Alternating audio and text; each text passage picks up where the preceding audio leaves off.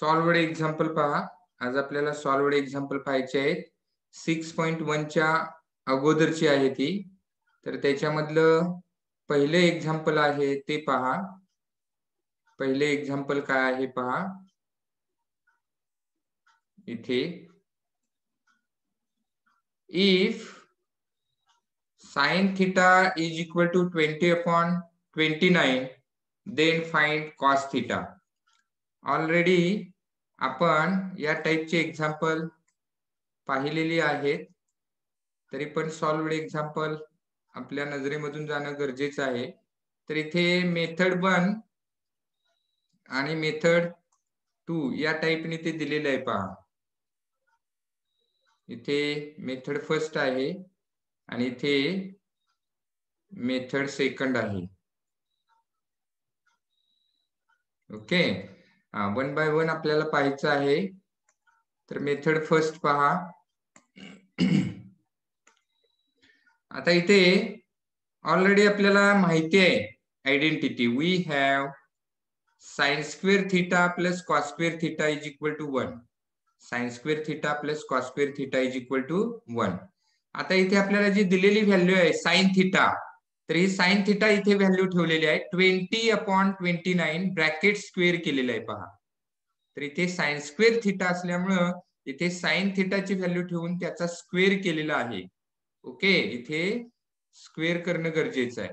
Plus cos square theta is equal to 1. आता याचा square केला तर तो आपल्याला मिळतो 400/841 plus cos square theta is equal to 1. आता आपल्याला cos square theta ची व्हॅल्यू काढायची आहे, त्यामुळे इकडे ही जी क्वांटिटी आहे तर ती आपल्याला इकडे घ्यायची आहे. ही टर्म आपल्याला इकडे घ्यायची आहे. प्लस आहे मायनस होईल, त्यामुळे cos square theta is equal to 1 minus 400/841 मिळेल. ओके, आता हे मायनस करायचंय. तर हे आपण मायनस कसं करतो, तर इथे डिनॉमिनेटर इक्वल नाही आहे पहा. डिनॉमिनेटर इक्वल नाही आहे, त्यामुळे तो आपल्याला इक्वल करून घ्यावा लागतो. इथे इक्वल करून घ्यावा लागेल किंवा त्रिकस गुणाकार पद्धत वापरायची आहे. क्रॉस मल्टिप्लिकेशन मेथड यूज करायची आहे. म्हणजे हे 1 into 841 म्हणजे आपल्याला इथे काय मिळेल पहा. मी इथे साइडला दाखवतो. तर 841 याचा आणि याचा आपण गुणाकार केला. ओके, मल्टिप्लिकेशन मायनस 400 into 1 म्हणजे 400 येतील. 400 ओके, आणि अपॉन इथे 841 येतील. 841 आणि मग नेक्स्ट स्टेप पहा. इथे 400 मायनस झाल्यानंतर आपल्याला इथे काय मिळतील पहा. 400 मायनस झाले तर 441 अपॉन 841. तर इथे आहे पहा, घेतलेलं आहे ते. ओके, आणि मग लास्टला आपल्याला स्क्वेअर रूट घ्यायचंय. आता काय करायचं आहे, स्क्वेअर रूट घ्यायचंय. स्क्वेअर रूट पहा. Taking square root of both sides. दोन्ही साइडचं स्क्वेअर रूट घ्यायचं आहे. स्क्वेअर रूट घेतल्यानंतर इथे cos square theta आहे, तर त्याचं स्क्वेअर रूट जर घेतलं तर ते आपल्याला इथे cos theta मिळेल.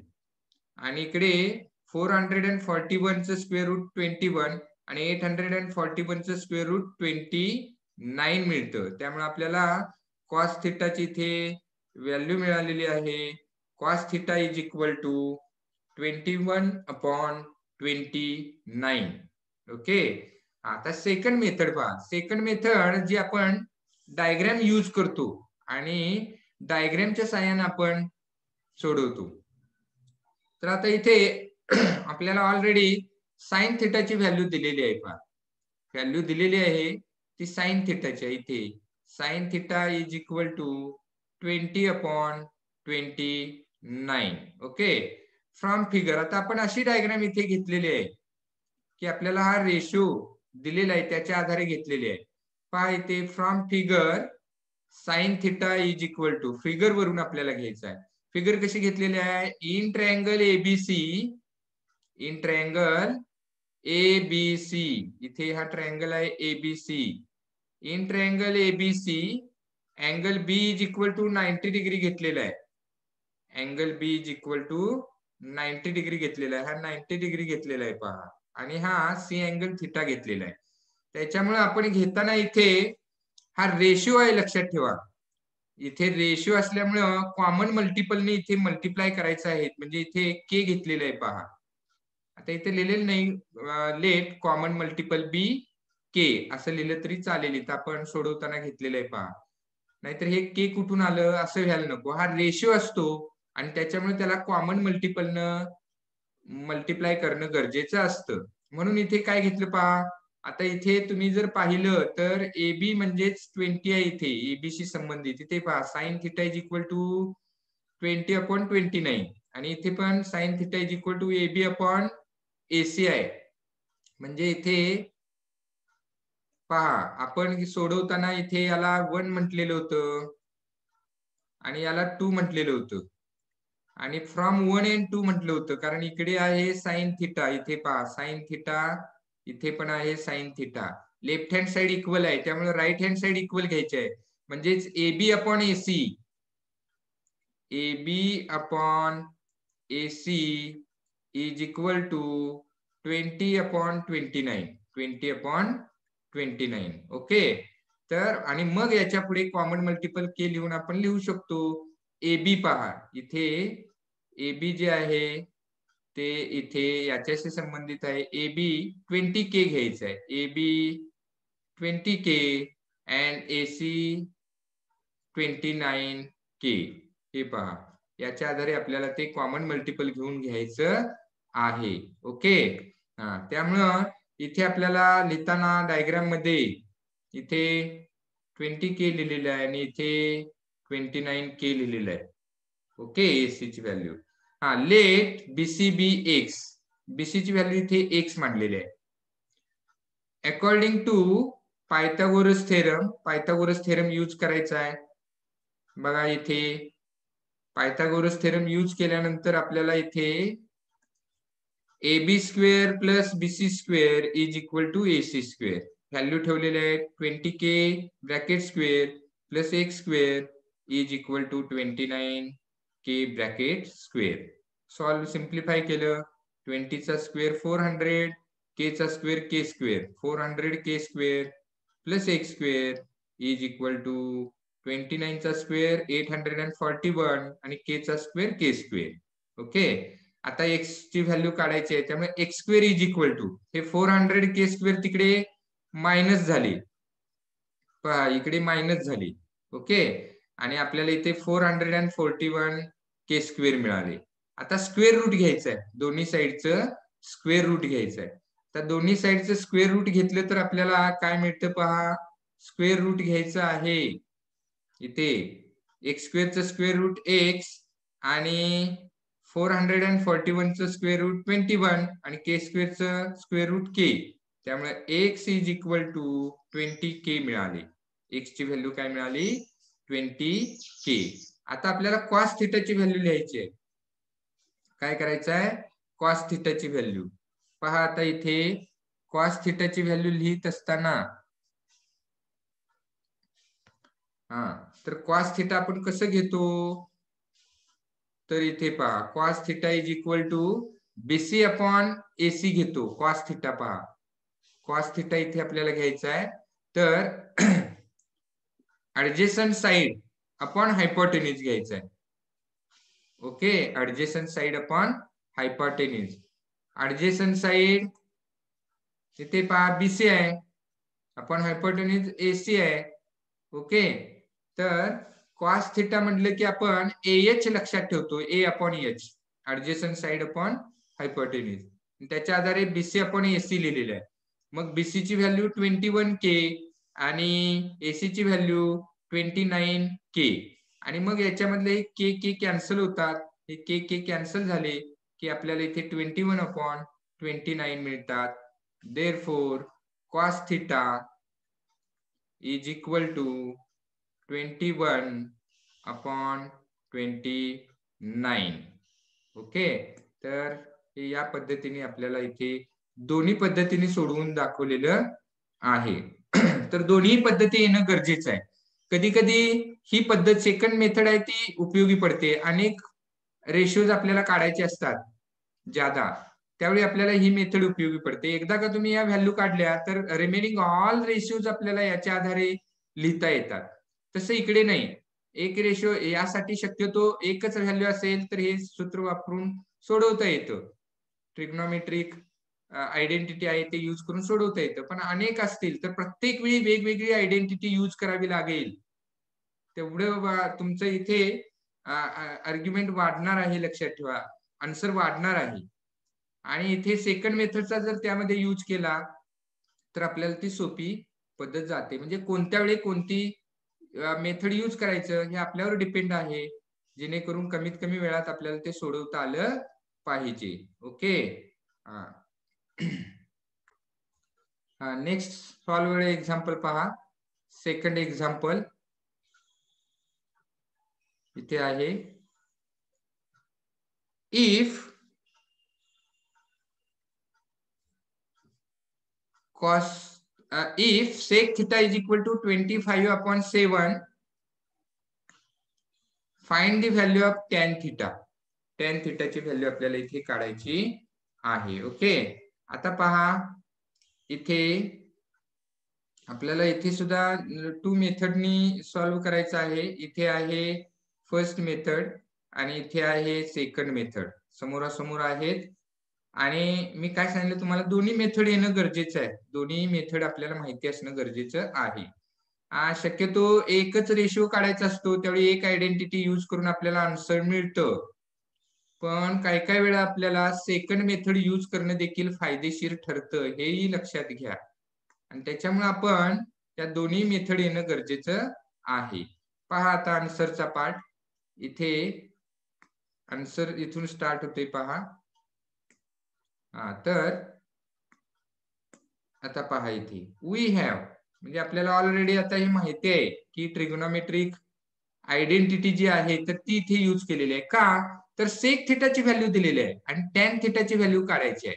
मग सेक थिटा आणि टॅन थिटा, पहा सेक थिटा आणि टॅन थिटा असणारी आयडेंटिटी कोणती ती आपल्याला पाहिजे आहे. तर ती आयडेंटिटी म्हणजे 1 + tan square theta is equal to sec square theta, हे लक्षात घ्या.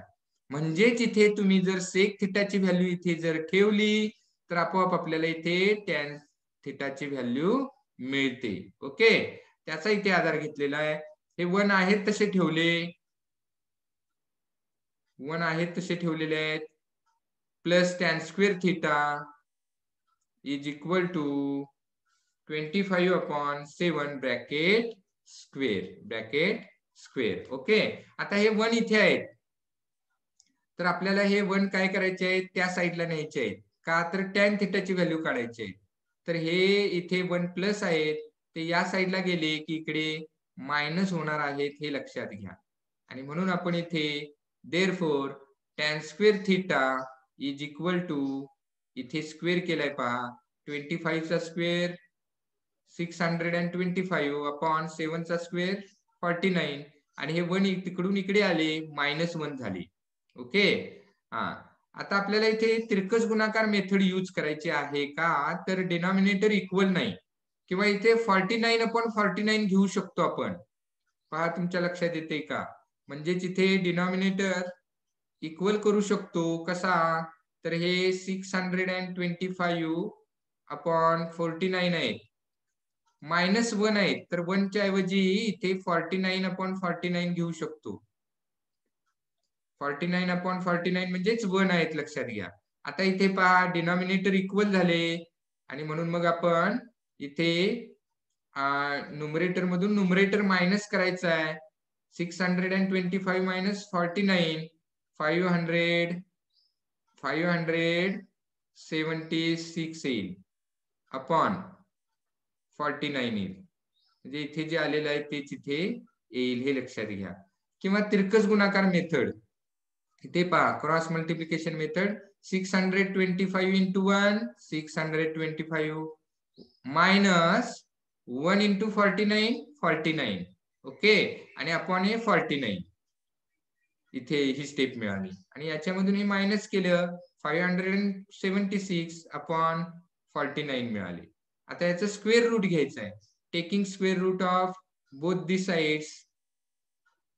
स्क्वेअर रूट घेतल्यानंतर आपल्याला काय मिळतात पहा, तर tan theta is equal to 24/7. 24/7. Okay. हा, तर इथे आपण स्क्वेअर रूट घेतल्यानंतर आपल्याला इथे आन्सर मिळालेला आहे. आन्सर काय मिळाले पहा, तर tan theta is equal to 24/7. Okay. आता आपल्याला सेकंड मेथड पाहिजे आहे. आता सेकंड मेथडनी सोडवत असताना आपल्याला दिलेला जो रेशो आहे तो पहा. इथे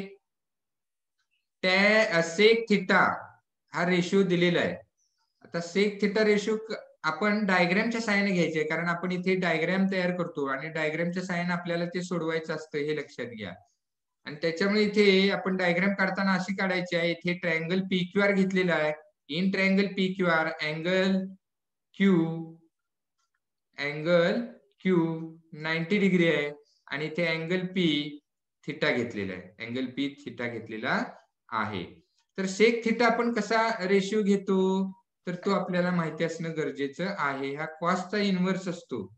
तर sec theta means hypotenuse upon opposite side. HO लक्षात ठेवतो आपण. H/O म्हणजे H मीन्स हायपोटेन्यूज, तर इथे PR आहे आणि O means opposite side. Sorry, इथे आपल्याला ऍडजसंट साइड घ्यायची आहे. PQ ऍडजसंट साइड, याचे लक्षात ठेवायचं आहे. तर इथे ऍडजसंट साइड PQ आहे. ओके. त्यामुळे PR/PQ येणार. आपण H/A लक्षात ठेवतो. H मीन्स हायपोटेन्यूज PR आणि A means adjacent side PQ. Okay. तर आता इथे कॉमन मल्टिपल आपल्याला घ्यायचं आहे. इथे पण आपण इथे लिहू शकता तुम्ही की इथे सेक थिटाची व्हॅल्यू इथे लिहायची आहे. सेक थिटा हे दिलेली आहे value. Sec theta is equal to 25/7. Okay. याला नंबर 1 देऊ शकता आणि याला नंबर 2 देऊ शकता. आणि मग फ्रॉम 1 and 2 लिहायचं. फ्रॉम 1 and 2 इथे जर पाहिलं तर इथे सेक थिटा आहे पहा. इथे सेक थिटा आहे, इथे सेक थिटा आहे. लेफ्ट हँड साइड इक्वल आहे म्हणून राईट हँड साइड इक्वल घ्यायची. म्हणजे इथे PR/PQ is equal to 25/7.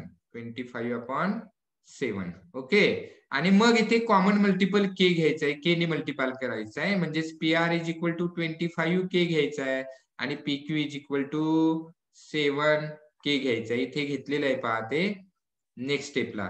PQ is equal to 7K, PR is equal to 25K. इथं डायग्राम मध्ये दाखवलेलं आहे इथे. आता पायथागोरस थेरम यूज करायचा आहे. According to Pythagoras theorem PQ square plus QR square is equal to PR square. Okay. Value ठेवल्या 7K bracket square QR square is equal to 25K square. Simplify करायचं आहे. QR ची value काढायची आहे. त्यामुळे QR square is equal to याचा square 625K square. हे इकडे मायनस होतील. 7K ब्रॅकेट स्क्वेअर आहे तो. 49K स्क्वेअर इकडे मायनस केले तर 576K स्क्वेअर मिळाले. ही QR स्क्वेअरची व्हॅल्यू मिळाली. Taking square root of both the sides we get QR is equal to 24K. आणि मग लास्टला आपल्याला tan थिटाची व्हॅल्यू काढायची आहे. tan थिटा मीन्स इथे opposite side upon adjacent side. इथे पहा अपोजिट साइड आहे QR आणि ऍडजसंट साइड आहे PQ. ओके. इथे व्हॅल्यू ठेवलेले आहेत पहा. या स्टेप नंतर इथे व्हॅल्यू ठेवलेले आहेत आणि मग इथे व्हॅल्यू QR ची व्हॅल्यू 24K इथे आहे पहा आणि PQ ची व्हॅल्यू 7K आहे. इथे आहे PQ ची व्हॅल्यू 7K. ओके. ती व्हॅल्यू ठेवली आणि इथे K कॅन्सल झाले. K कॅन्सल झाल्यानंतर 24/7 मिळाले. 24/7 मिळाले. आणि त्यामुळं लास्टला आपल्याला इथे therefore tan theta is equal to 24/7 हे आन्सर आपल्याला इथे मिळालेलं आहे. ओके, तर हे एक्झाम्पल आपल्याला अशा टाईपनी सोडवायचं आहे. ते थोडं हे लिहिलं तर सोपं जातं आणि सुटसुटीत होतं. तर आता या एक्झाम्पल साठी सेकंड मेथड थोडस जास्त लिखाणाची वाटते, पण ती मेथड पण येणं गरजेचं आहे. तर ज्यावेळी जास्त रेशोची व्हॅल्यू काढायची असते तर त्यावेळी मात्र ही सेकंड मेथड उपयोगी पडते. त्यामुळे दोन्ही मेथड आपल्याला माहिती असणं येणं गरजेचं आहे. ओके,